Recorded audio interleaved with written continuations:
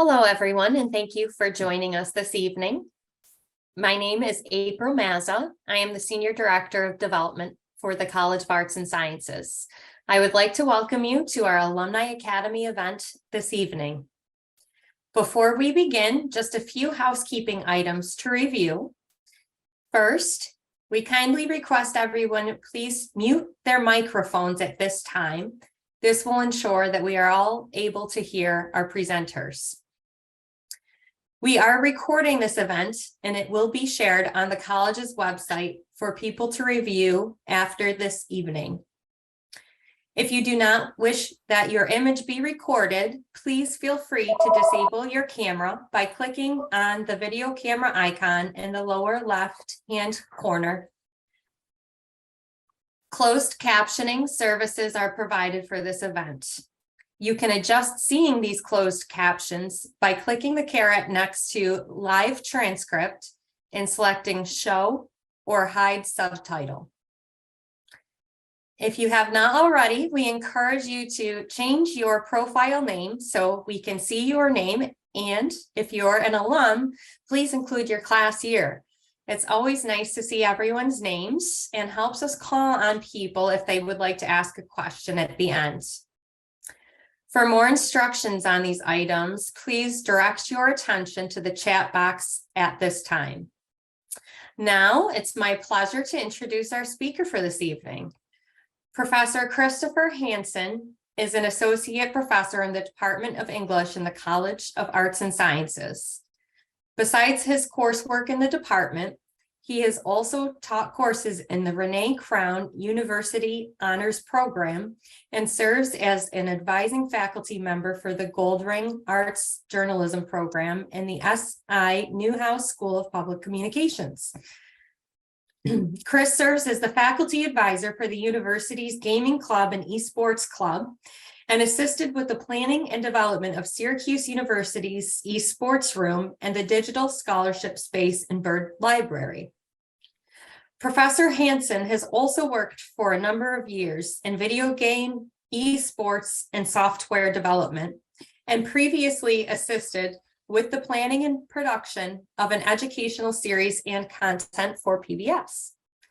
Professor Hanson received his BA in Media Studies at Carleton College and received his MA and PhD in Critical Studies at the University of Southern California in Cinematic Arts. I'm very excited for today's conversation. So with that, I will turn our program over to Professor Hanson. All right, thank you very much for that introduction. And thank you everyone for being here. Thanks to Liz, April, Becca, and everyone in their offices for their help and support. And thank you to all of you for being here as well for this presentation. So I'm going to try to give you a little bit of background on myself and give an overview of some game history, and then talk about how games and more recently esports have been operating here at SU. So let me jump right into things. I definitely welcome questions from all of you, as I do in my classes. Probably easiest to stick to questions at the end, but I'd be happy to talk about this and anything else that I may touch on or not touch on. So a little bit about me. As mentioned in my intro, I went to a small college, Carleton College in Northfield, Minnesota. And there I changed majors 7 times. So I'm a firm believer in intellectual exploration, which is a core aspect of the arts and sciences. I eventually majored in media studies, which combined computer science and art. And I worked in the game industry for a number of years. And I also worked in software development as a computer programmer. And I also did some work with PBS, developing an educational series and content for PBS as well. So I did my MA and PhD in Los Angeles at the University of Southern California School of Cinematic Arts, and I also taught at the University of Michigan. And I joined the Department of English at Syracuse in 2010. Now, English departments are often thought of as places in which we study literature, poetry, and similar types of texts.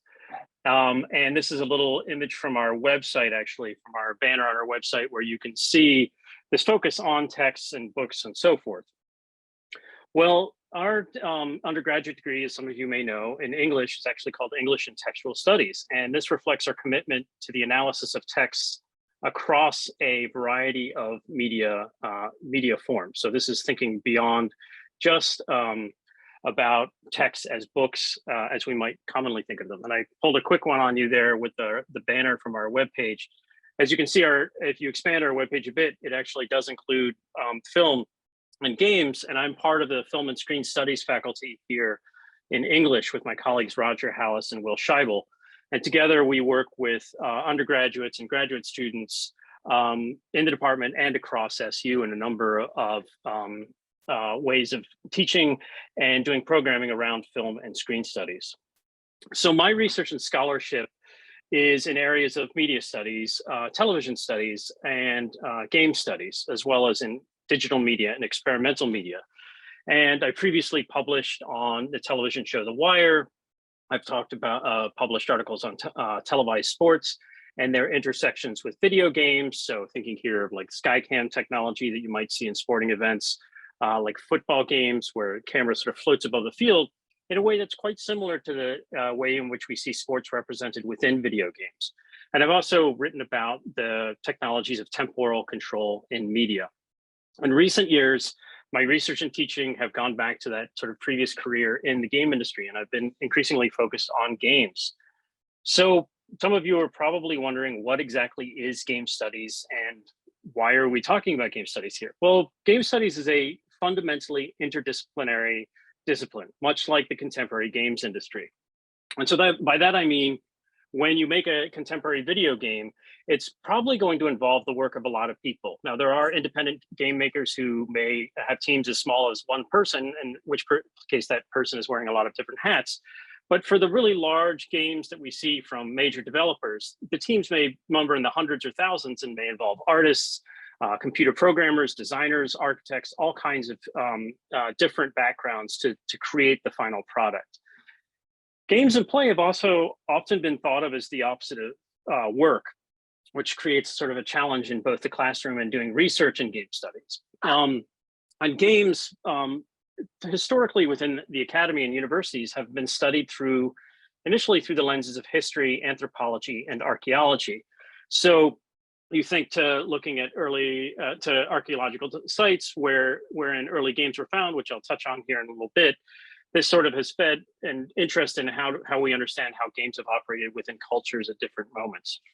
Game studies emerged partially from these fields, particularly with the work of someone I'm going to talk about here in a second, Johann Hautzinka, and his book Homo Ludens, A Study of the Play Element in Culture in 1938. So the discipline of game studies really starts to blossom in the late 20th century with the emergence of digital games, or what we commonly call video games. Perhaps unsurprisingly, within any discipline, there's debates about what exactly constitutes a video game within game studies. So we often use the term digital games to describe them.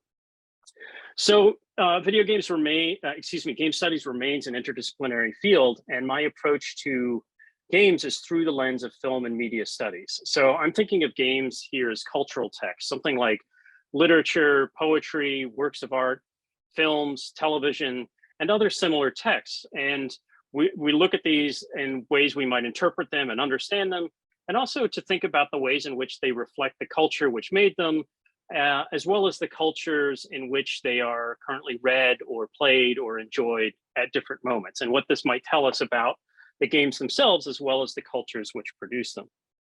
So I mentioned Johann Hautzinka earlier. He was a Dutch historian and cultural theorist, and he wrote this really influential book called Homo Ludens.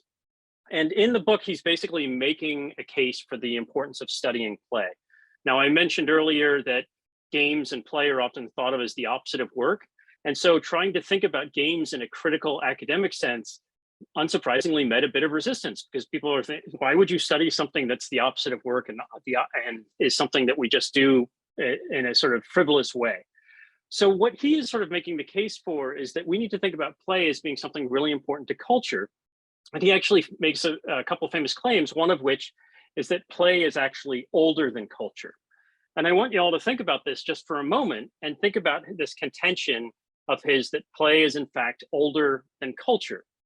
Because we might think of play sort of emerging from culture and what it tells us about given cultures and how different cultures play tells us about those cultures. But he's actually saying that it even precedes culture. Oops, excuse me. He's making the case, he's asking us to think about who and what plays and how and when did play originate exactly.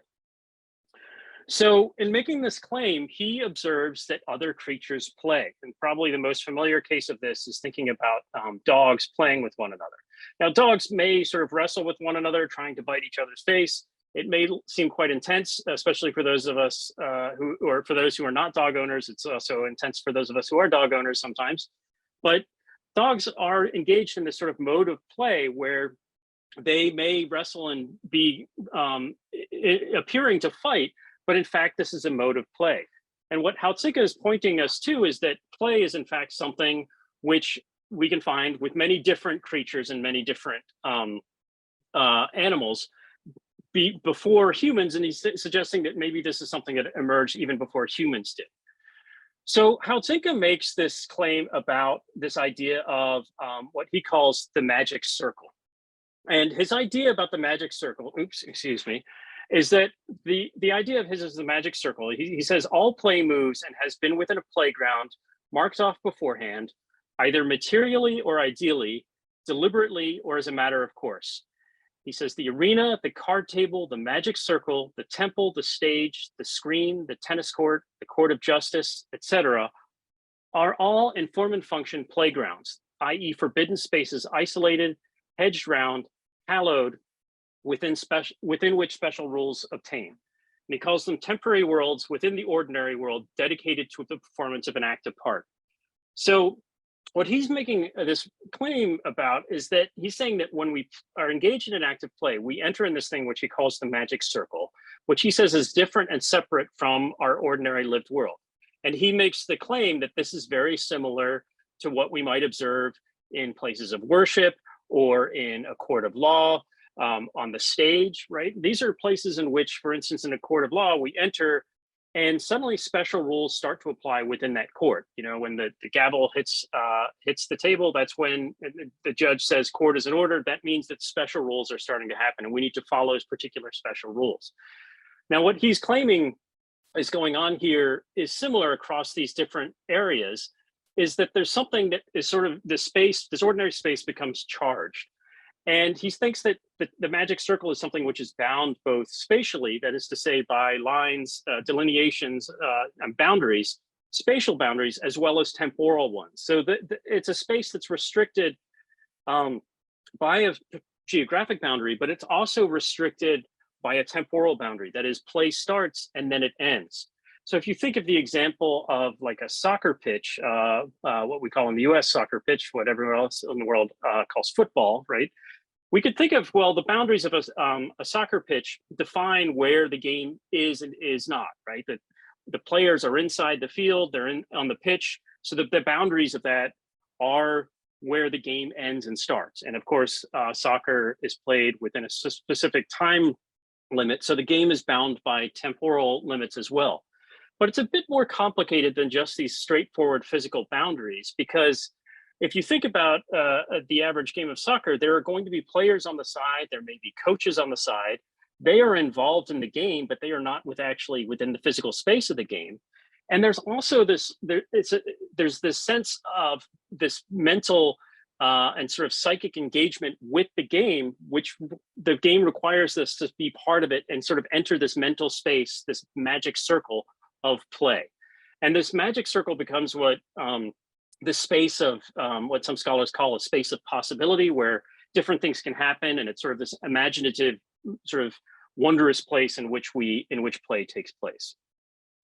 So let me sort of step through some sort of early aspects of games so we get a better sense of where games came from and how we got to this sort of current contemporary moment. So some of the earliest games that we found evidence of include Egyptian games, such as the ancient Egyptian board game Senet. And this is from roughly around 3000 BCE. And the idea of Senet is that it's a board which has 3 rows of 10 squares, and the rules are still sort of there's a bit of debate around the rules, but the idea that a number of scholars have agreed upon is that 2 players are thought to be moving their pieces around this board trying to get all of their pieces off the board, which is a familiar game mechanic if we think about it to contemporary games, right? There's another game a little bit later, often called the Royal Game of in which the rules to this game remained a mystery for many, many years. And it was actually a British museum curator by the name of Irving Finkel who discovered within the British Museum collection a clay tablet which actually revealed the rules to this game. And the rules to the game involve, much like contemporary game of backgammon, they involve moving these pieces that sort of uses the sort of like race structure where players are trying to get their pieces off the board before the other player does. And so we can see these sort of roots of early games providing a basis for games that we continue to play to this present historical moment. Now, I mentioned the Royal Game of there's also things like Mesoamerican ball games, which are often thought of as some of the earliest sports. So these are games in which there's actually a large physical space. There's a ball or something which is used like a ball. There's a hoop, sort of similar to basketball, and players are sort of battling to try to put this ball through the hoop and so forth. There's also games like Latrones, which is an ancient Roman game, which was a military game, which emphasized tactics. And it has a structure which is quite familiar to something like checkers. And it's also thought of as a precursor to other games, such as what games called Toffel games. And these are Scandinavian board games, which have multiple variations. So there's different sort of instances of these Toffel games, some of which bear a strong resemblance to things like chess, which come around in the early 7th century. But they also have sort of different formats. And Tafel basically means board in ancient Norwegian. So we see these early references to chess in the 7th century in Persian and Sanskrit texts. And these games, I want to sort of point to the fact that a lot of these games have this sort of common emphasis on tactics and similar themes. And these often seem to be games that are focused on stimulating conflict or war or something like that.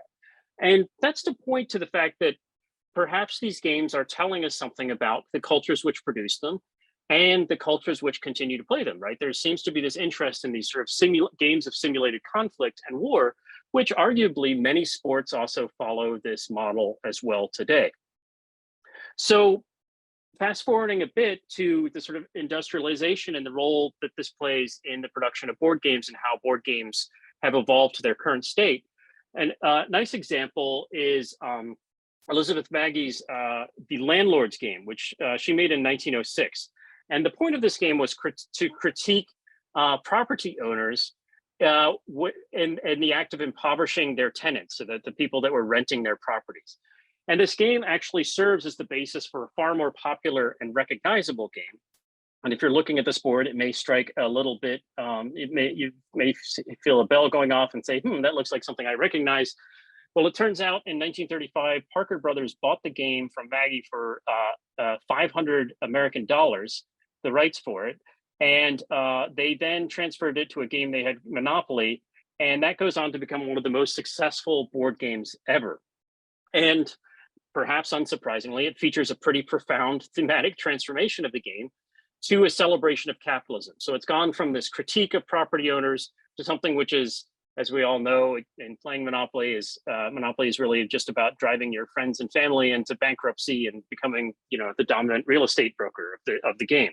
And there's some interesting aspects to this game, and looking at the original game, for instance, what we think of as the jail square on Monopoly. In the original game, it was called jail, but it was absolute necessity shelter, and it charged you a minimal amount. So it's to point out that the ways in which games are released and to even slight thematic changes, though the gameplay elements may remain similar, transform the games in pretty profound and significant ways.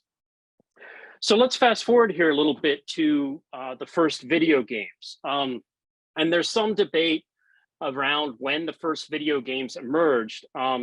There's a couple of games that come out around 1951, 1952.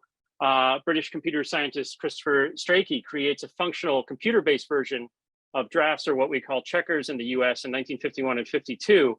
And around the same time, A.S. Douglas, who goes by Sandy Douglas, created a game called OXO, which was basically an electronic version of what we call tic-tac-toe, or what are called X's and O's in the UK, as part of his doctoral thesis.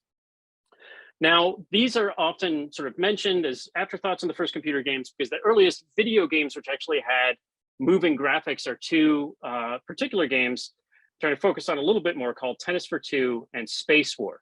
Tennis for Two comes out in 1958 and Space War comes out in 1962. Now, nuclear physicist William Higginbotham worked at the Brookhaven National Laboratory, which was a US government nuclear research facility. And as you might imagine, the people who lived in the area of this national laboratory had some concerns about the fact that they were doing atomic research at Brookhaven. And so to help allay public fears about what was happening at Brookhaven, they decided to start having a visitors day in 1950, where they would invite the public onto the laboratory grounds to sort of show them some of the work that they did. And this is an image from 1958. They would open up sort of a large gymnasium space, and different units within Brookhaven would have displays of different things that they were working on. And this is the very exciting looking instrumentation section of the 1958 Brookhaven National Laboratory Visitors Day. But something that the National Laboratory Visitors Day was the National Visitors Day, excuse me, was welcomed in the 50s, but it wasn't, as you might imagine, it wasn't the most of as exciting of affairs to go to. So in 1958, William Higginbotham and Robert Dvorak develop an idea for a more exciting exhibit. And actually, their idea for this exhibit is visible barely in this image right back here. It's in the instrumentation section.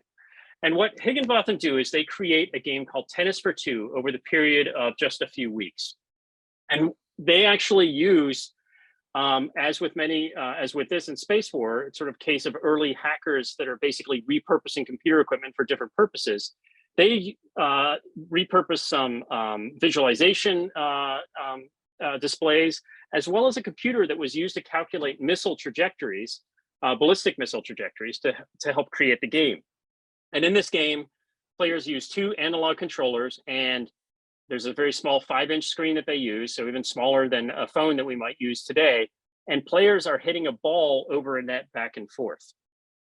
The game was never patented, and it was actually dismantled a year later in 1959, and the parts were discarded. It made a return appearance at the 1959 Brookhaven National Laboratory Visitors Day. And the thing, it's sort of surprising that it was dismantled, because it was a hugely popular part of the Visitors Day. And a number of people, the line for the game, according to those who were there, went outside the gymnasium and around the corner, because people were so excited to play this game. But the game, because it was created on the US government's dime, the game was never patented. It was dismantled, and it was sort of forgotten about fairly rapidly until its importance became recognized later. It was later reconstructed using 50s era parts. And so now it exists, these sort of reconstructed versions exist within museums today.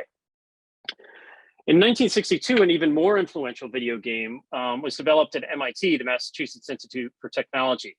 And there was a student group there called the Tech Model Railroad Club, or the TMRC. Their interests were focused on model railways and building systems around those. So building sort of elaborate systems to help control the model railroads that they had constructed, controlling when trains go and sort of creating different conditions. And so they were using electronics parts as well as started using computer parts. And something that's sort of an interesting little tidbit about this was that in the 1960s, MIT was one of only 3 universities in the US which actually had computers with monitors. Now remember, in these days, computers were enormous. They would fill an entire room, and computers with monitors were a very rare thing. So MIT was one of only 3 institutions in the US with one with a monitor. This is an example of the game that, and this is the display technology that they were using for the game Space War.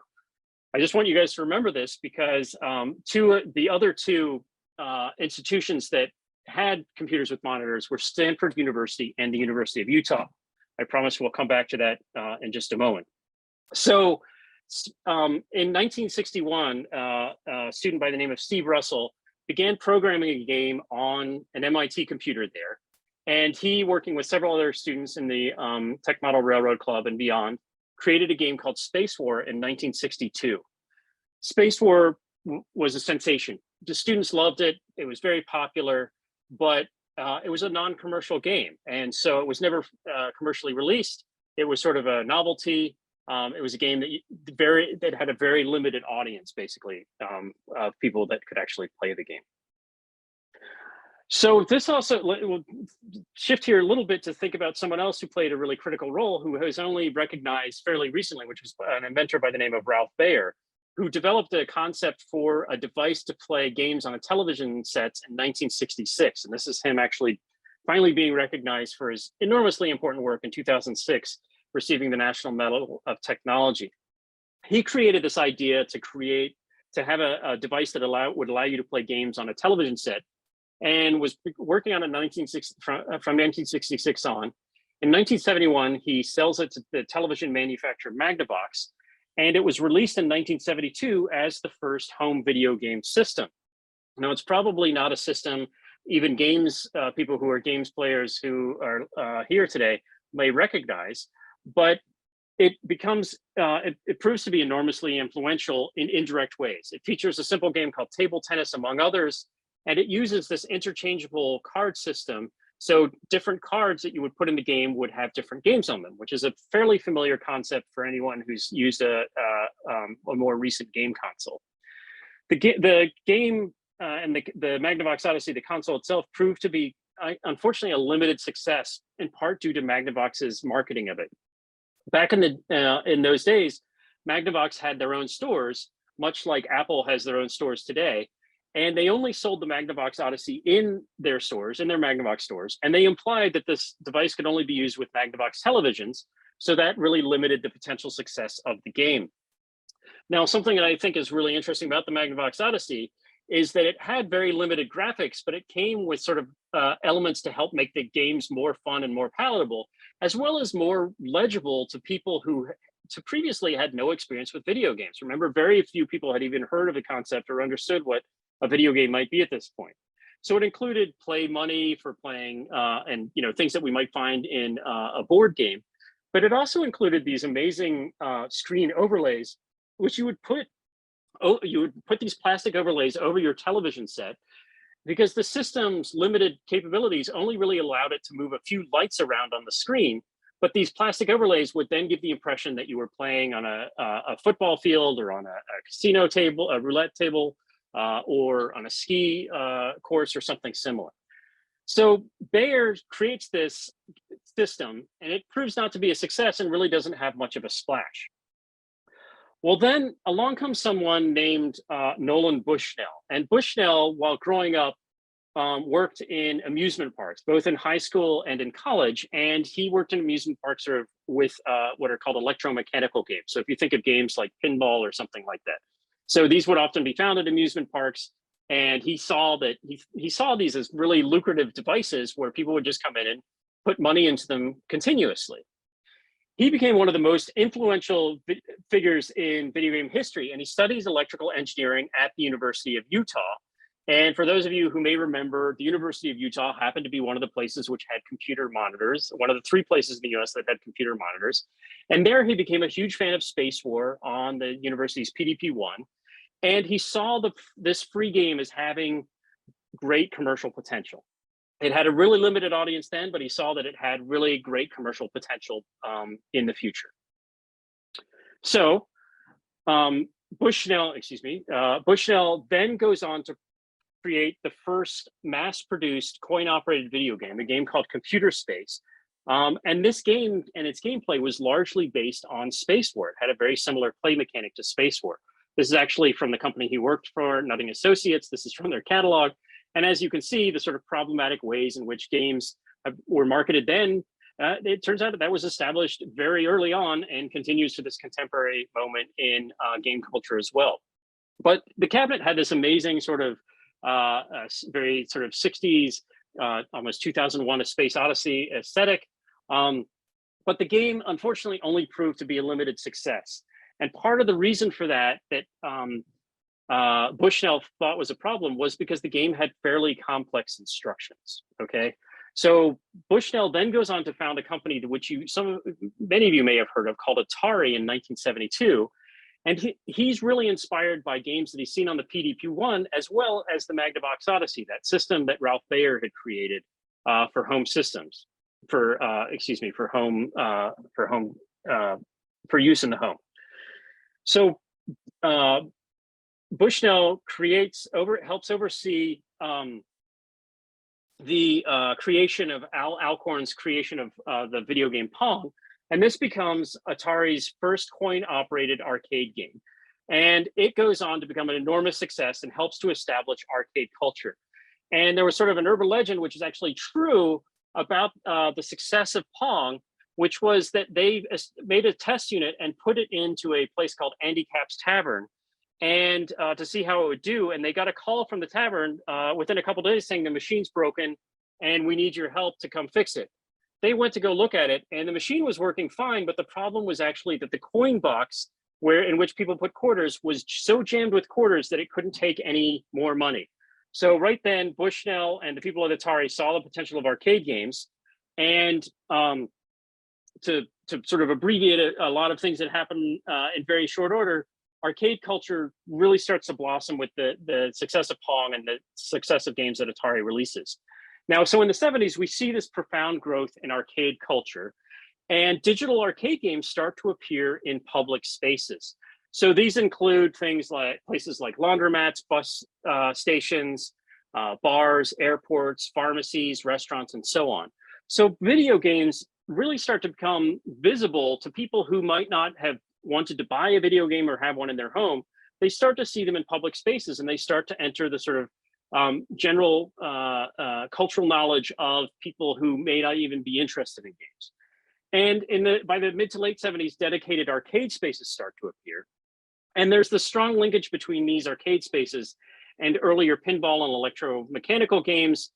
There were parlors and dedicated spaces for playing those electromechanical games, just as there were sort of parlors in the days of early cinema into which you could go to watch brief films on sort of coin-operated machines. And so there's this trajectory here within media and media studies that clearly leads to the sort of idea of arcade culture. Now, a number of video game businesses started to go out of business after 1983. There's this sort of crash within the United States that really, because of a glut of systems and a glut of games. But even during this time in which a number of home video game creators started to go out of business, arcade games remained successful and remained highly visible. This is actually an image from the USS Enterprise, an aircraft carrier from 1982, which actually had a dedicated arcade space on the carrier, right? So this is a sign of how prevalent arcade games remained even when home video games really started to wane in the early 80s. Now, this image, which I'm going to show you guys a little bit closer, sort of gives us an interesting insight to the ways in which arcade culture helped to sort of shape our contemporary understanding of games and gamer culture. This is an image by Enrico Fiorelli from Life magazine in 1983, and it was organized by Walter Day, who runs an organization called Twin Galaxies, which sort of billed itself as the sort of world keepers of the highest scores in video games. And Day organized this event to have the top video game players gather with some of the arcade games in which they had their highest scores recorded. And it's this really sort of interesting image. And friend and colleague, scholar Carly Kosarek, has done some really interesting analysis of this to point out a number of the problematic elements, for instance, the fact that we have this very gendered representation of these players, but the game players that are being celebrated here are white male game players, and we have cheerleaders at the bottom sort of celebrating their successes. And what we see here is sort of this familiar establishment of in contemporary culture, the ways in which we sort of constitute what a gamer, who might be a gamer and what defines a gamer, and what their identity might be. But as I'll talk about here, that's actually perhaps far more complicated than we might think. But we can see these roots in arcade culture of how this contemporary understanding of what a gamer is came to be. But it's also, I want to point to the fact that arcade culture, arcades were really significant places because these were places for community, where people could gather, game players could gather in public spaces in order to play games together and to interact with each other. Now, these were obviously hyper-local. These are, locals, physical spaces in which players could gather. This is from an arcade in Times Square. And kids could go, parents would drop off kids to go play in these spaces and so forth. But these were also really diverse spaces where people from all different backgrounds could gather to sort of partake in a common interest of gameplay and playing games. And so when games move to domestic spaces, some of that is lost. Some of that sort of culture is lost as players move from public spaces of arcades to domestic settings. So this, going back to these sort of home games, I mentioned this sort of crash in the early 80s, game consoles and really start to become very popular.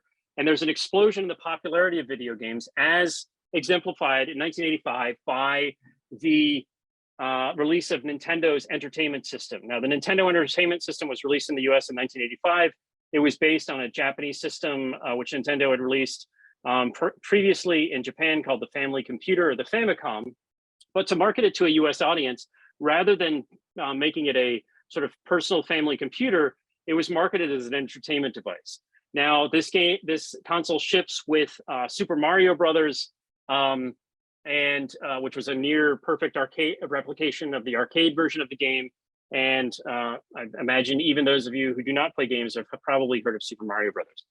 Games today, and since then I should say, games consoles have been released by Nintendo. Multiple consoles have been released by Nintendo, as well as major multinational corporations, electronics corporations, and software corporations like Sony and Microsoft have released successive generations of consoles. And games today have become far more complex and now feature things like virtual reality and augmented reality, things that were only sort of imagined possibilities in the earliest days of games.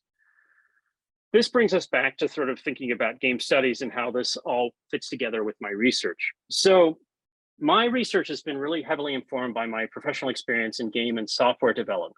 And my book, Game Time, examines the ways in which games allow players to experience and explore new conceptions of time. And as I argue, while other media forms and technologies like the VCR and DVRs have allowed viewers to pause and control time and sort of familiarize us with those processes, things that we couldn't do in a movie theater, games allow for richer explorations of time.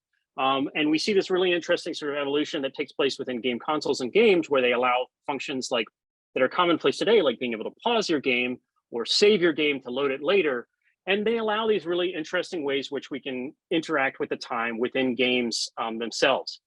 So this is an example of like a joystick from the Nintendo Entertainment System, where you might be able to see here, it has a button that is actually slow, which creates the slow motion effect using this sort of basically this semi-glitch within the programming of the game console that use the start button. And it allows you to move slowly through areas which were very hard to do otherwise. Now, games since this time have really started to explore time in interesting and more complex ways. A game I talk about is a game called Braid, which is a platformer, much like Super Mario Brothers. So you're navigating platformers, or you're jumping from one platform to the next. And this is all about spatial navigation. You're moving through these spaces. Now, Braid does something interesting where it also introduces these ways in which time becomes a part of it, and you're exploring time. This level is based on Donkey Kong. Those of you game players might be familiar with Donkey Kong. But in this case, as the player moves from left to right, time moves forward. But when the player moves right to left, time starts to move backwards. So the game becomes an interesting puzzle around time, but you're exploring not just spaces, but also it's a game of temporal exploration as well. My current research has been focused on a game designer named Roberta Williams. A lot of contemporary games studies research is looking at people who have often been overlooked and who have played key roles in the industry, women, people of color, other marginalized groups. And Roberta Williams formed a company called Sierra Online with her husband, Ken Williams. And Roberta Williams was really inspired by these computer games, particularly this text adventure games, in particular, a game called Colossal Cave Adventure, what often later becomes known as just as Adventure. And in these games, you're presented with screens of text and you're just basically typing in commands.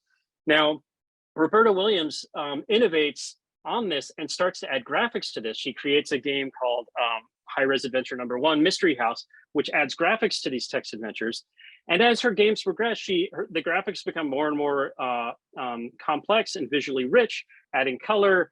They become almost interactive cartoons with her games, the King's Quest series, which incorporate both text and graphical elements, but you're moving your character around these graphical elements. And she adds, more innovations, female protagonists, day-night cycles, and things like that.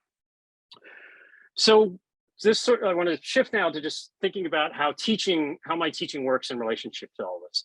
There's a fundamental challenge about teaching games, because what I'm asking students to do is to think and write critically about something which we do for fun, which normally when we sit down to play a game, we're not doing it to think about it seriously. We're thinking about it as a mode of escape in the same way that we might watch a television show or a film.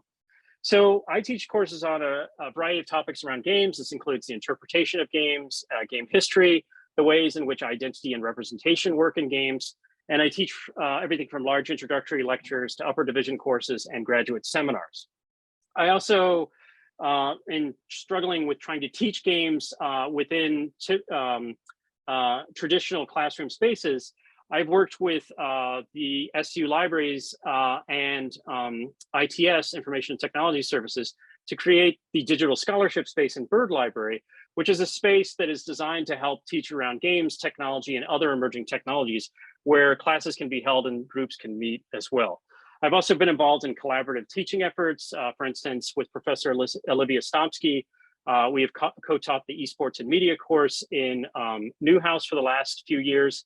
And this is one of the first countries in the country in the world on esports, and the first course, as far as we know, on esports and how they function within media. And as many people may often ask, and they often ask me, what exactly are esports? Well, they are competitive video games. Competitive video games, this links back to this idea of the movement of these digital games from arcades to domestic spaces. Remember, we were talking about this sort of shift. While this is happening, personal computers and game consoles became increasingly common in homes. And in the late 90s and early 2000s, there's this interesting phenomenon that starts to emerge called LAN parties, which LAN stands for local area network. And the idea for this was that people would bring their computers together and carry those large old CRT cathode ray tube monitors. They'd bring them all to a central place, to somebody's house, and connect them with network cables so they could play higher speed games more quickly. And you see this phenomenon occur in game labs as well, on computer labs on campuses, as well as in places of business and so forth. Now, the scale of LAN parties really starts to grow profoundly. This moves from something which is sort of often done in either people's living rooms or informally after hours in places of study or work, to these giant gatherings, right, where convention centers are rented out for the purpose of people to bring their computers. Now, all of these people here have brought their computers, their monitors, all to this place to be able to play games together and play network games together with one another, and sort of have this really interesting, again, hyper-local sort of sense of game community in a similar way to what we saw with arcades.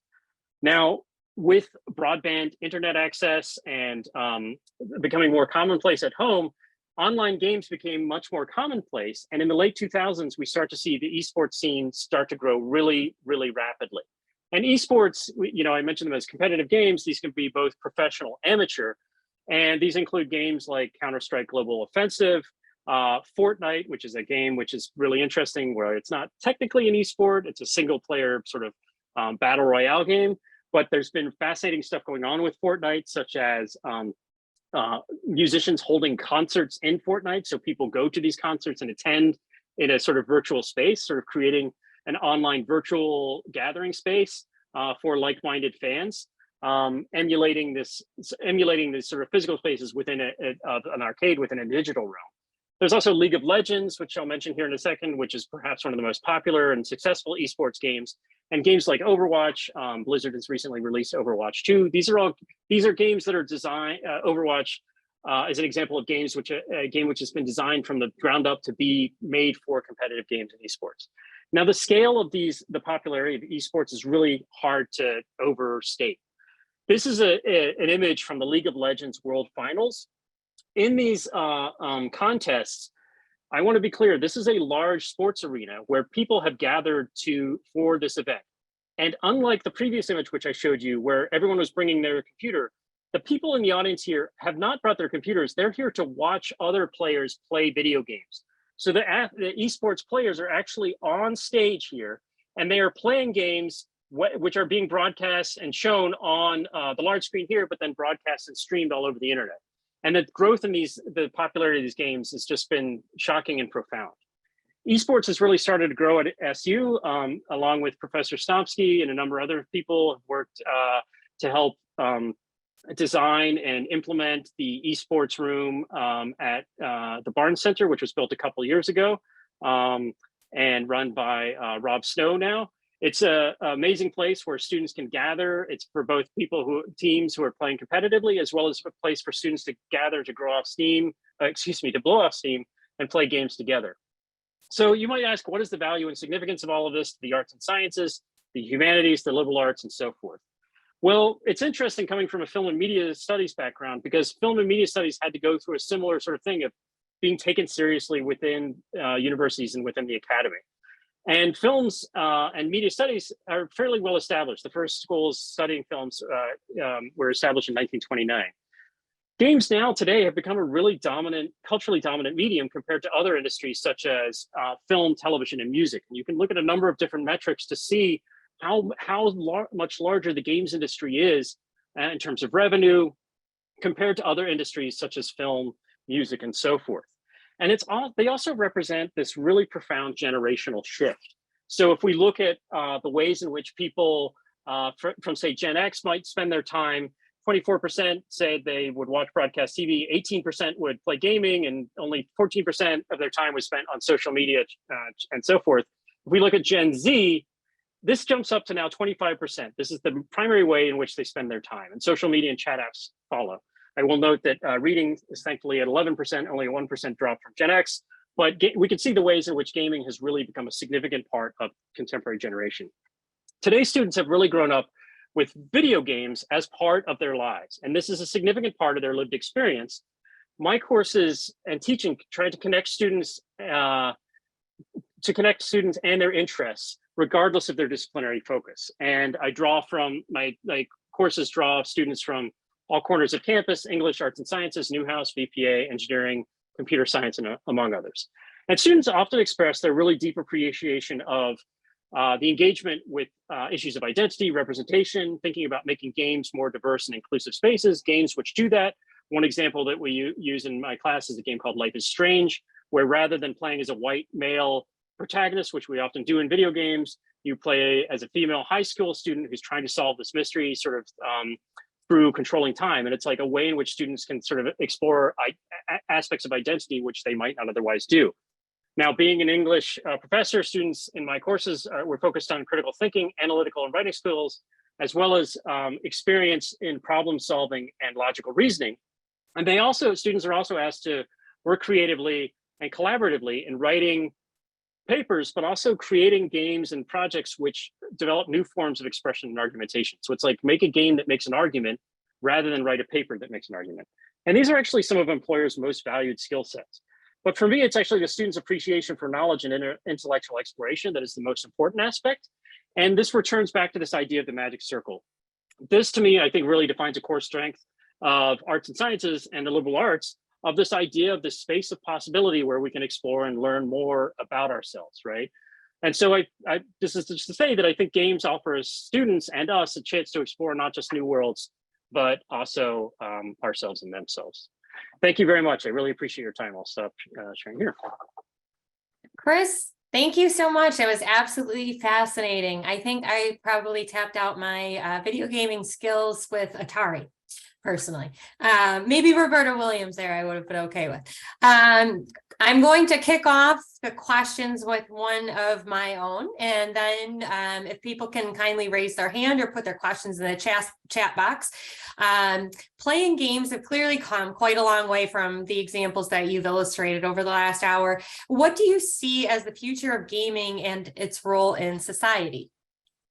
Well, I think that's, you know, as I was arguing there at the end, I think games are going to play an increasingly significant role in society. I mean, there is this sort of profound shift that's taking place with children growing up today who are just sort of, you know, born digital. They're playing video games from almost the get-go, those who have access to them, right?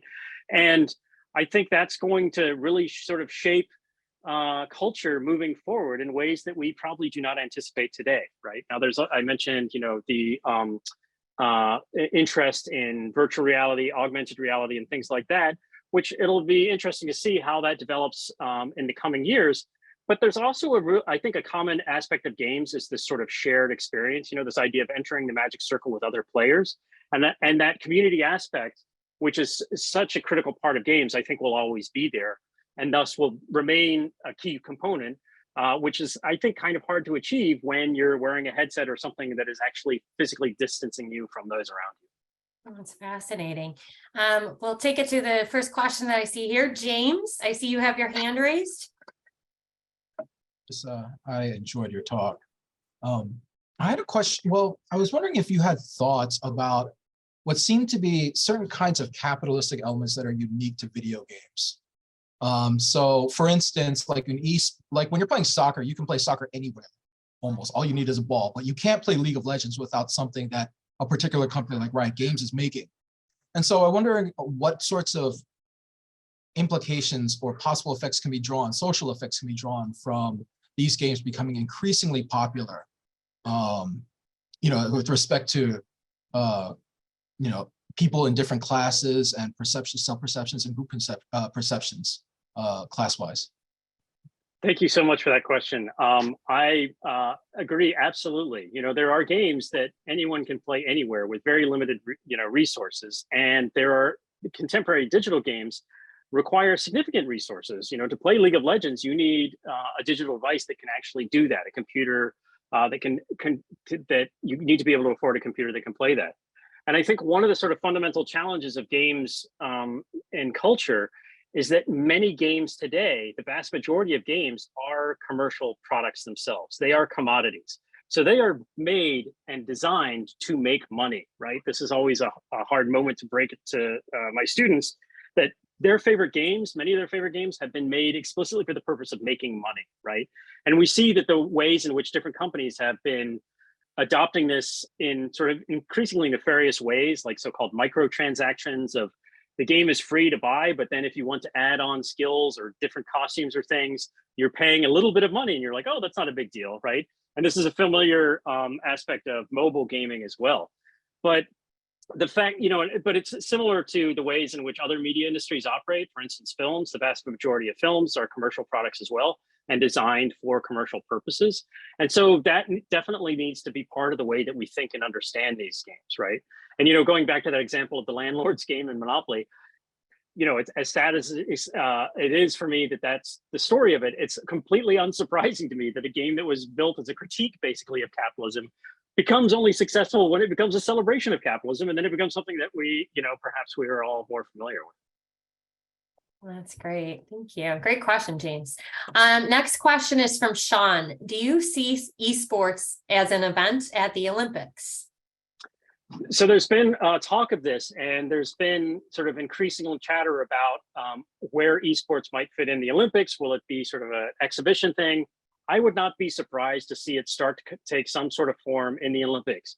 But this goes back to James's excellent earlier question around the sort of ways in which these games are commodities and products. There's some sort of fundamental problems with esports. League of Legends has been around for a number of years now, but soccer has been around for roughly longer, right? As have many of the Olympic sports. And these are sports that are not owned by a particular entity. League of Legends is a commercial product that is owned by a company. So how do you then create a sport that's made around a commercial, that is made around a commodity? There's also the problem that these games, a constant struggle that developers and publishers of these games have is that they are they're constantly trying to update and make their game new, but not do it too much that they are alienating their fan base and existing player base, right? So there's this constant push and pull of like adding new aspects to the game, but not changing it. And that becomes a real problem when you're trying to develop an Olympic sport or something around that, where it could be quite significantly different, not just in a period of every 4 years, but in the period of just a matter of weeks or months. So I'll be very interested to see how they sort that all out. These are great points. Michaela asks, in 2 weeks, I will begin teaching a high school elective course on the history of gaming. I'm working on building the course from the ground up and looking for sources of information. Do you have any recommendations in terms of texts or research that might be useful? I will say yes to that answer. And I will say, Michaela, please contact me, because I taught a course a few years ago through SU's Project Advance for how to teach games to high school students and how to create a class around teaching games and games concepts. I make it a point in many of my classes to have games that are readily accessible to students and do not cost money.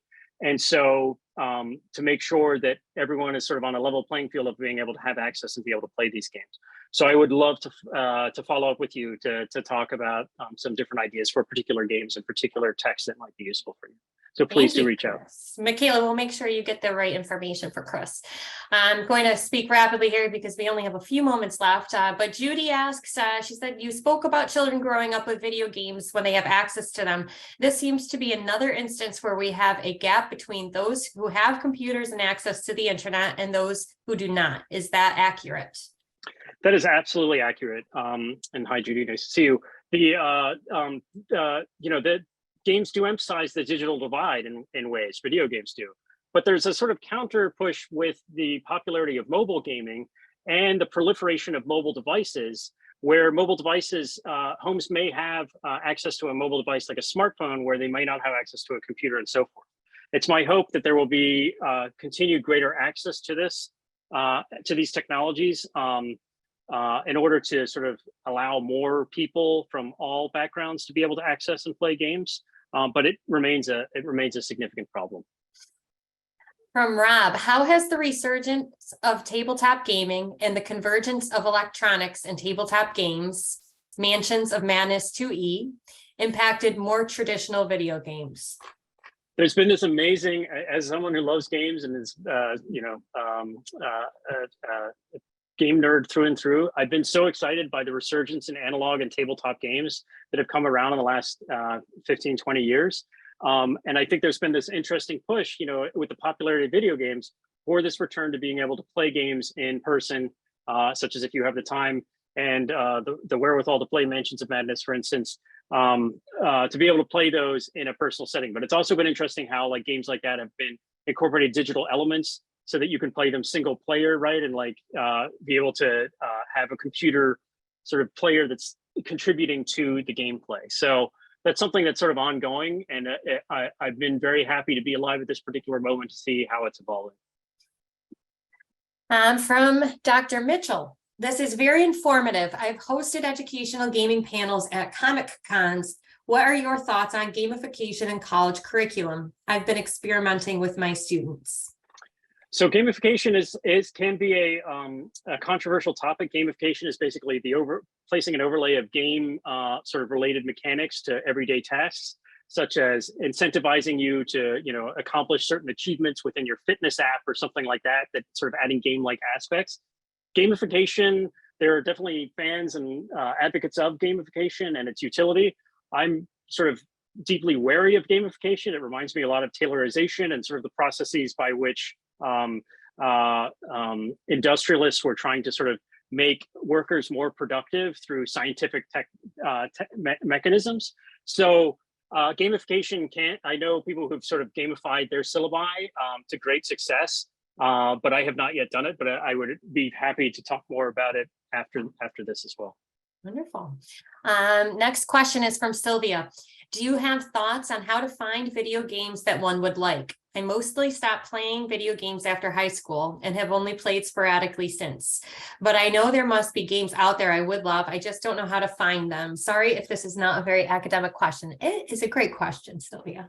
It's a fantastic question because that's always one I'm trying to figure out is where more games to play. There's a game designer, Brenda Romero, who makes some really fascinating, really thoughtful games. Brenda Romero, excuse me.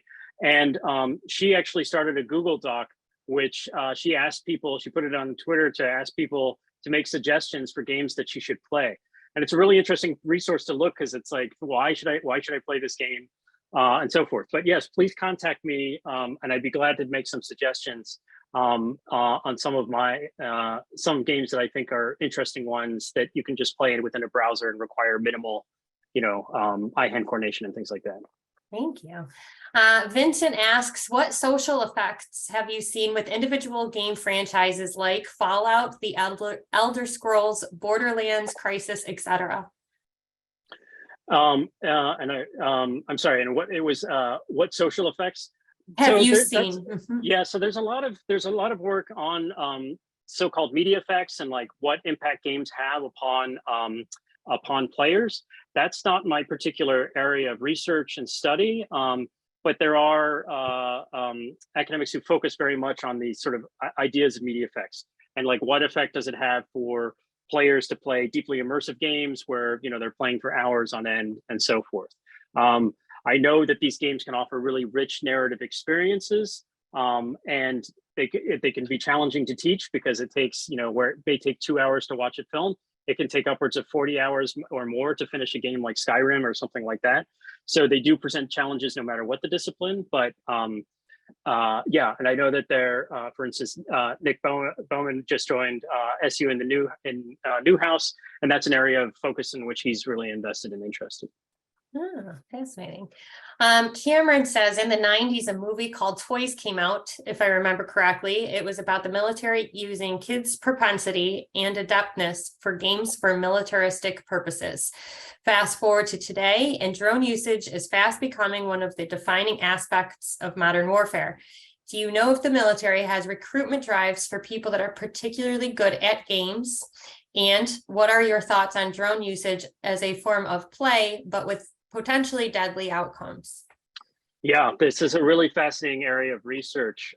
And I think not to be even more disturbing to your comment, Cameron, is like, I believe that there are usages of drones in which the controls are actually using a game controller for the control of the drone. So it's not just that the military is interested in people who are adept at playing games, but they're actually even using game interfaces to control machines of war and death and destruction, right? So this is a vexed area. The military has been deeply invested in computer technology, and the roots of video games actually have strong linkages to military investment, as well as in the academy and industry. A colleague of mine, Matt Payne, works a lot on the sort of intersections between war and video games. So I would definitely recommend looking at his work as well, which I think could be really helpful here. Next question comes from my friend Dwayne from sunny California. Can you comment about the use of simulation games to learn skills, specific skills, e.g. business, project management, etc.? And this goes to the military, this goes back to the military aspect as well. Like the military has been deeply invested in simulation games. They made a version of the sort of famous 80s first-person arcade game Battlezone, which is a tank game that gave you sort of a simulated first-person experience. They made a version of that for, I think, called Bradley IFV, Infantry Fighting Vehicle. So they've been, from almost the very beginning, interested in sort of leveraging computer games and their capacity for simulation for military training purposes. And this extends now to any number of different industries. Like this also goes back to the question around gamification of like the ways in which games can help teach about particular skill sets or particular methods of doing jobs and so forth.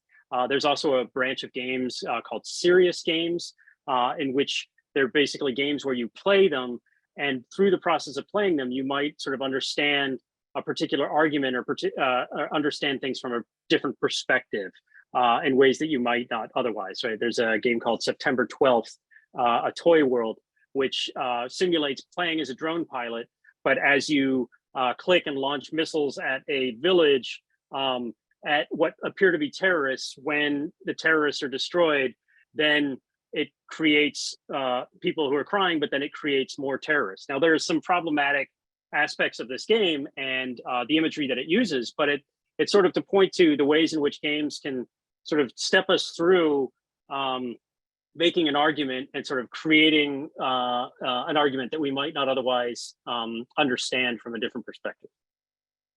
Out of respect for your time, Professor Hanson, I'm going to read the last two questions, and we'll make sure that the chats that do not have questions, but are rather comments, get to you so you can read them.